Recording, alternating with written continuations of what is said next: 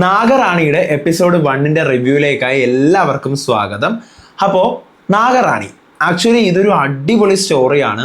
ഹിന്ദിയിലെ സൂപ്പർ ഹിറ്റായിട്ട് മാറിക്കൊണ്ടിരിക്കുന്ന നാഗിൻ 7 എന്ന് പറയുന്ന സീരിയലിലാണ് ആക്ച്വലി ഈ നാഗറാണി. അപ്പോൾ ഇത് ഏതാണ്ട് ഇപ്പോൾ ഒരു 36 എപ്പിസോഡോളം ഹിന്ദിയിൽ ടെലികാസ്റ്റിംഗ് കഴിഞ്ഞതാണ്. നിങ്ങൾക്ക് നാഗറാണി എന്ന് പറയുന്നതിനേക്കാൾ ഇതിനെ നാഗകന്യക 7 എന്ന് പറഞ്ഞാൽ കൂടുതൽ മനസ്സിലാകുമെന്ന് ഞാൻ പ്രതീക്ഷിക്കുന്നു. കാരണം ഇത് ആക്ച്വലി നാഗകന്യകയാണ്. നമ്മൾ പണ്ട് എത്രയോ വർഷങ്ങൾക്ക് മുമ്പ് നാഗകന്യക 1 ഋത്തിക്കും ശിവന്യൊക്കെ കണ്ടാൽ നിങ്ങൾക്ക് ഓർമ്മയുണ്ടോ?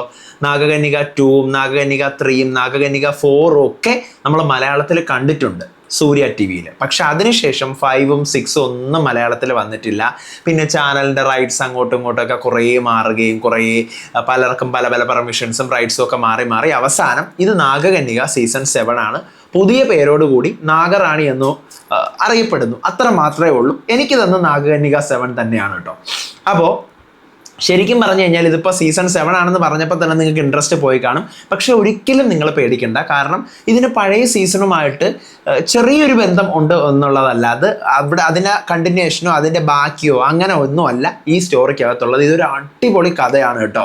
നമ്മുടെ ഇന്ത്യയെ രക്ഷിക്കാനായിട്ട് വരുന്ന ഒരു നാഗകന്യകയുടെ കഥ. അപ്പോൾ നമുക്ക് നാഗകന്യക 7ന്റെ അതായത് നാഗറാണിയുടെ എപ്പിസോഡ് 1ന്റെ എക്സ്പ്ലനേഷനിലോട്ട് പോവാം.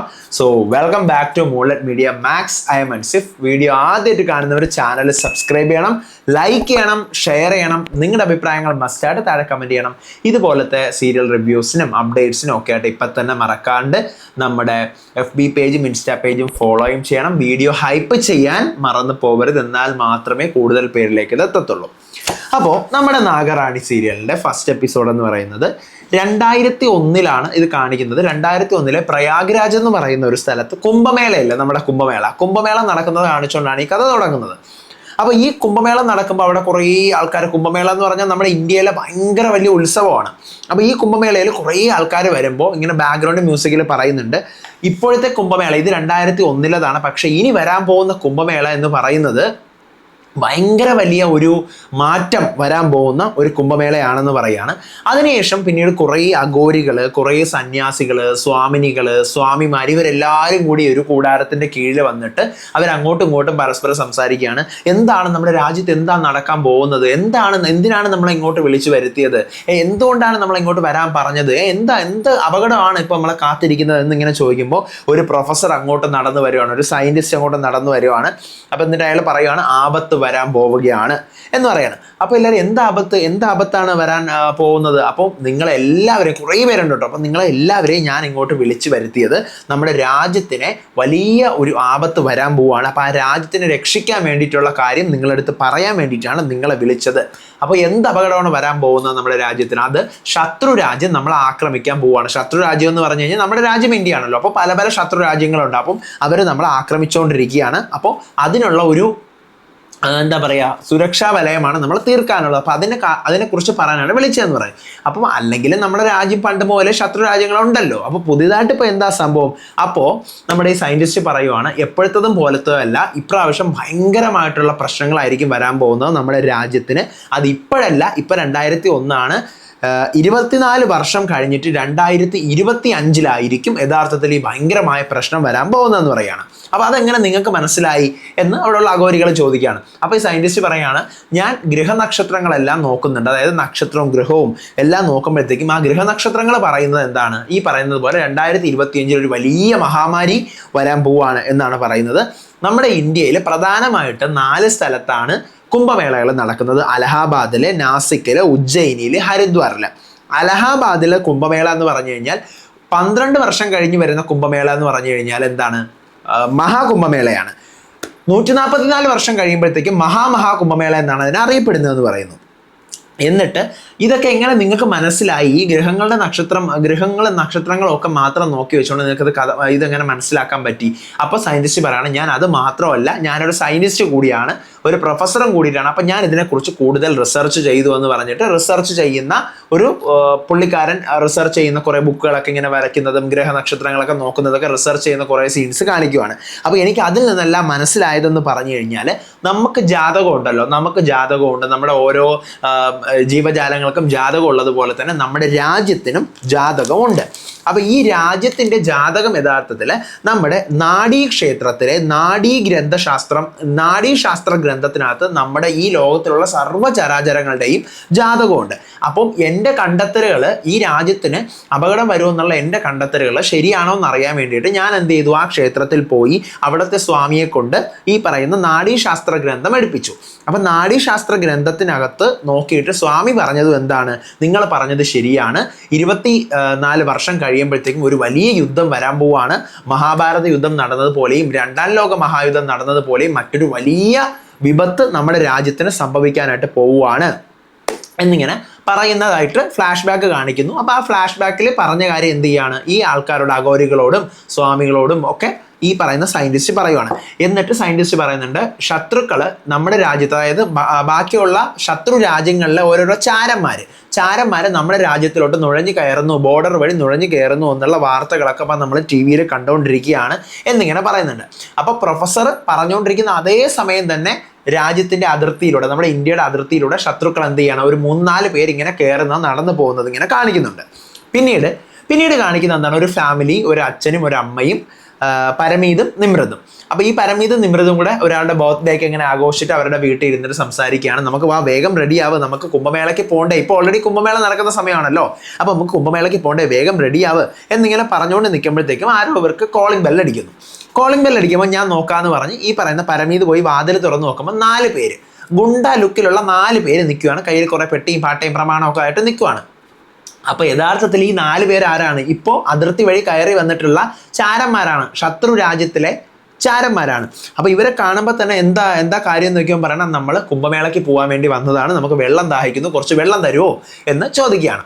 അപ്പോൾ നമ്മളും കുംഭമേളയ്ക്ക് നാളെ പോകാൻ പോവാണ്, വീട്ടിൽ കയറുക, നിങ്ങൾക്ക് വെള്ളം തരാമെന്ന് പറഞ്ഞ് എന്ത് ചെയ്യുന്നു, ഈ പറയുന്ന പരമീത് അവരെയൊക്കെ വീട്ടിനകത്തോട്ട് ക്ഷണിക്കുന്നു. അങ്ങനെ എല്ലാവരും വീട്ടിനകത്തോട്ട് കയറുവാണ്. വീട്ടിൽ കയറുമ്പോഴത്തേക്കും പെട്ടെന്ന് വീട്ടിൽ കയറുമ്പോൾ അതിലൊരാളുടെ പെട്ടി എന്ത് ചെയ്യുന്നു, പെട്ടി താഴെ വീഴുന്നു. പെട്ടി തനിയെ തുറക്കുമ്പോഴത്തേക്കും അതിനകത്തുനിന്ന് ഒരു പാസ്പോർട്ട് പെട്ടെന്ന് ഈ പരമീത് കാണുവാണ്. പരമീത് പെട്ടെന്ന് ഈ പാസ്പോർട്ട് ഇങ്ങനെ കണ്ടതിങ്ങനെ എടുക്കുമ്പോഴത്തേക്കുമാണ് ഇവർ ഇന്ത്യക്കാരല്ല, വേറെ ഏതോ ഒരു രാജ്യത്തുള്ള ആൾക്കാരാണെന്ന് മനസ്സിലാക്കുന്നത്. അപ്പോൾ ഇന്ത്യക്കാരാണ് എന്ത് ചെയ്യുന്നത്, ഈ പറയുന്ന കുംഭമേളയ്ക്ക് പോകുന്നത്. കാരണം ഇന്ത്യക്കാരുടേതായിട്ടുള്ള ഒരു കൾച്ചറൽ വിശ്വാസമാണല്ലോ അത്. അപ്പം നിങ്ങൾ നമ്മുടെ അല്ലല്ലേ, അപ്പം നിങ്ങൾ ശത്രു രാജ്യത്ത് നിന്ന് വന്നവരാണല്ലേ എന്നിങ്ങനെ ചോദിച്ചിട്ട് അയാൾ പരമീത് ദേഷ്യപ്പെടാൻ തുടങ്ങുമ്പോഴത്തേക്കും പരമീതിനെ കത്തി വെച്ച് പരമീതിൻ്റെ കഴുത്തറുത്ത് എന്ത് ചെയ്യാണ്, ദുഷ്ടന്മാർ കൊല്ലുവാണ്. അപ്പോൾ ഇത് കണ്ടുകൊണ്ട് പരമീതിൻ്റെ ഭാര്യ നിമ്രത് വന്നിട്ട് പരമീത് എന്ന് പറഞ്ഞുകൊണ്ട് അലറി വിളിക്കുകയാണ്. അപ്പോൾ ഇത്രയും അവിടെ ഇങ്ങനെ സംഭവം നടക്കുന്നു.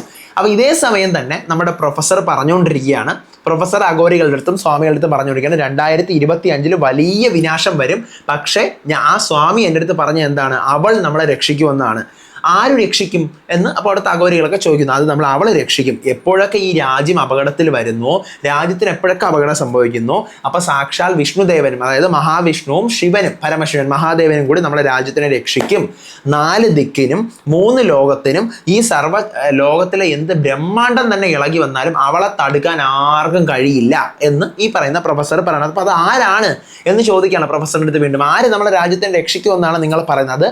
ആണല്ല, പെണ്ണല്ല, ഒരു മൃഗമല്ല, ഒരു മനുഷ്യനല്ല, ഒരു ചെകുത്താനല്ല, ഒരു മാലാഖയല്ല, ഒരു ദൈവവും അല്ല.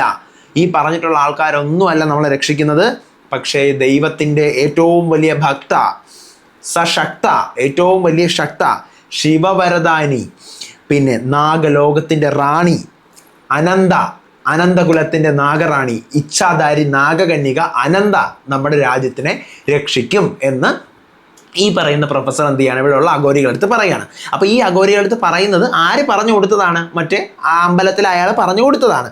എന്നിട്ട് അപ്പോൾ അവിടെയുള്ള സ്വാമിനിമാർ ചോദിക്കണം, അതിനുശേഷം നാഗകുലമൊക്കെ അവസാനിച്ചില്ലേ, നാഗകുലത്തിലെ ആൾക്കാരൊന്നും ഇപ്പോൾ ജീവിച്ചിരിപ്പില്ലല്ലോ എന്നിങ്ങനെ ചോദിക്കണം. അപ്പോൾ പ്രൊഫസർ പറയണ, സാക്ഷാൽ വിഷ്ണുവും ശിവനും ഒക്കെ വിചാരിച്ചു കഴിഞ്ഞാൽ വീണ്ടും പുനർനിർമ്മിക്കാൻ പറ്റാത്ത സാധനങ്ങളാണോ ഇതൊക്കെ?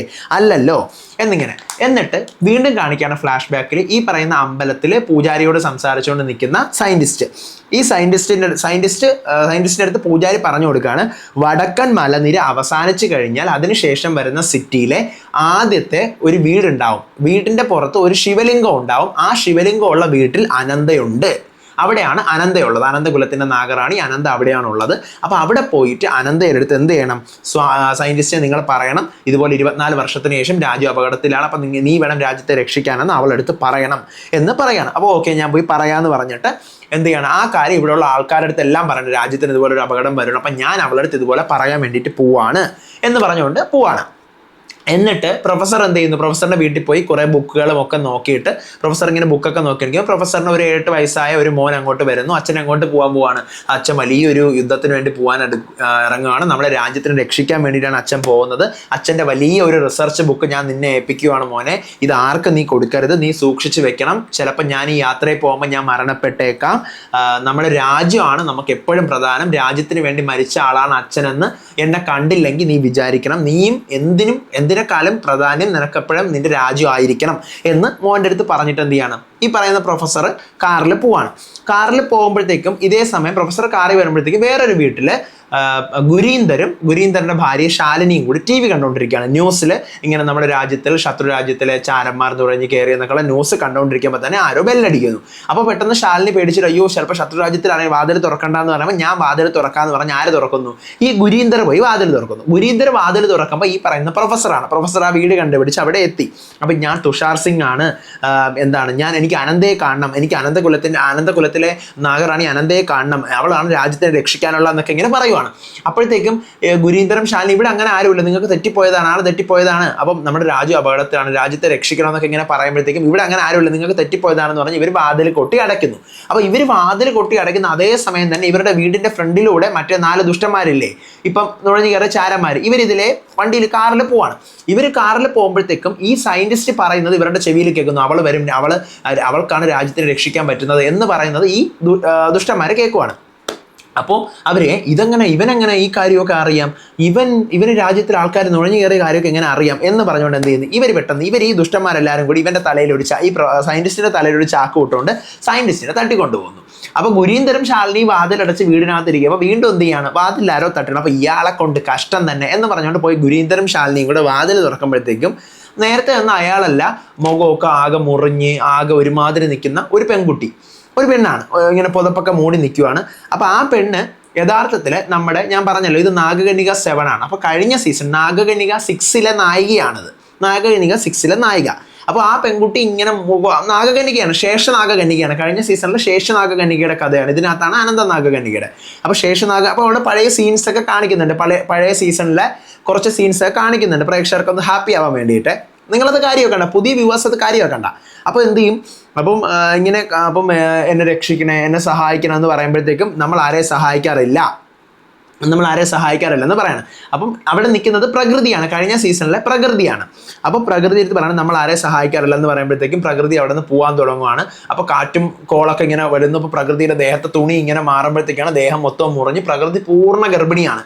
അപ്പോൾ വേദന വന്ന് പ്രകൃതി ഭയങ്കരമായിട്ട് കരഞ്ഞ് വിളിക്കുമ്പോഴത്തേക്കും ശാലിനി പറയാണ് ഇവക്ക് പ്രസവ വേദനയാണ്, നമുക്ക് അകത്തോട്ട് കൊണ്ടുപോകാമെന്ന് പറഞ്ഞ് ഈ പ്രകൃതി അകത്തോട്ട് കൊണ്ടുപോയി അവിടെ ഒരു ടേബിളിൽ കിടത്തിയിട്ട് അതിന് പ്രസവിക്കാനുള്ള സൗകര്യങ്ങളൊക്കെ ഒരുക്കി കൊടുത്ത് എന്താ പറയുക, മരണപ്രാളത്തിൽ ആര് പ്രസവിക്കുകയാണ്? നമ്മുടെ ഈ പറയുന്ന പ്രകൃതി പ്രസവിക്കുന്നു. പ്രകൃതി പ്രസവിക്കുമ്പോഴേക്ക് ഒരു പെൺകുഞ്ഞാണ് ഇങ്ങനെ പൊക്കി ആരെടുക്കുന്നു, ആ ശാലിനിയാണ് പ്രസവം എടുക്കുന്നത്. അപ്പോഴത്തേക്കും എന്നിട്ട് ഈ പ്രകൃതി പറയുന്നുണ്ട് ഞാൻ രക്ഷപ്പെടില്ല, ഞാൻ എന്തായാലും മരിച്ചു പോകുമെന്ന് എനിക്കറിയാം, പക്ഷേ ഇവളെ നിങ്ങൾ രക്ഷിക്കണം, നിങ്ങൾ ഇവളെ നോക്കണം. അപ്പോൾ ഗുരീന്ദർ ചോദിക്കണം നമ്മൾ എന്തിന് ഇവളെ നോക്കണം, നമ്മൾ എന്ത് കാര്യത്തിന് ഇവളെ നോക്കേണ്ടത്? അപ്പോൾ പറയണത് അത് ശിവൻ ആഗ്രഹിക്കുന്നുണ്ട്, നിങ്ങൾ ഇവളെ നോക്കണമെന്ന്, മഹാദേവന്റെ ആഗ്രഹമാണിത്, അവരാണ് ഇവളെ അവിടെ നിന്ന് അയച്ചത്, രാജ്യത്തിന് രക്ഷിക്കേണ്ടവളാണ് ഇവൾ എന്നിങ്ങനെ പറയാണ്.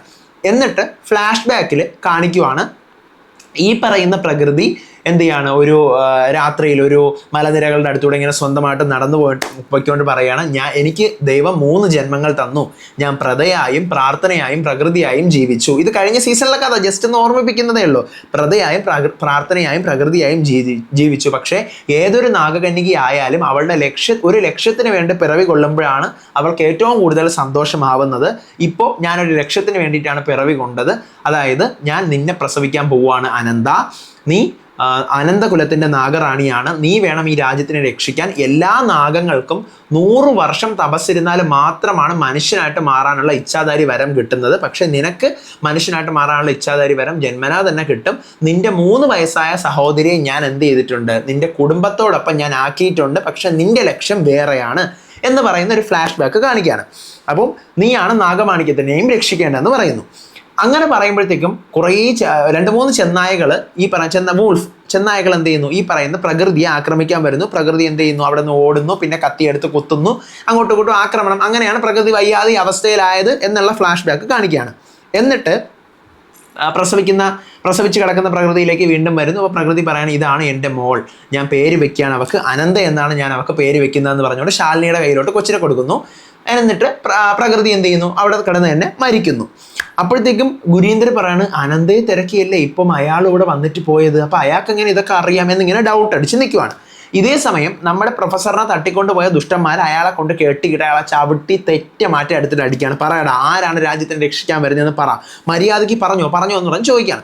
അപ്പം അവൾ വരും, അവൾക്ക് അന്ത്യമില്ല, അവൾ ശത്രുക്കളെ നശിപ്പിക്കും, ആണല്ല പെണ്ണല്ല മനുഷ്യനല്ല പിശാചല്ല മാലാഖിയല്ല ദൈവത്തിൻ്റെ ഏറ്റവും വലിയ ഭക്ത സശക്ത അനന്തകുലത്തിൻ്റെ നാഗറാണി വരും എന്നിങ്ങനെ പറഞ്ഞുകൊണ്ട് എന്ത് ചെയ്യാണ്, ആ പ്രൊഫസർ മരിക്കുന്നു. പ്രൊഫസർ ചവിട്ടുകൊണ്ട് മരിക്കുമ്പോഴത്തേക്കും പൊറോടോ ഇവൻ പറയാതെ മരിച്ചു പോയല്ലോ എന്നൊക്കെ പറഞ്ഞ് അവരിങ്ങനെ ദേഷ്യപ്പെട്ട് നിൽക്കുവാണ്.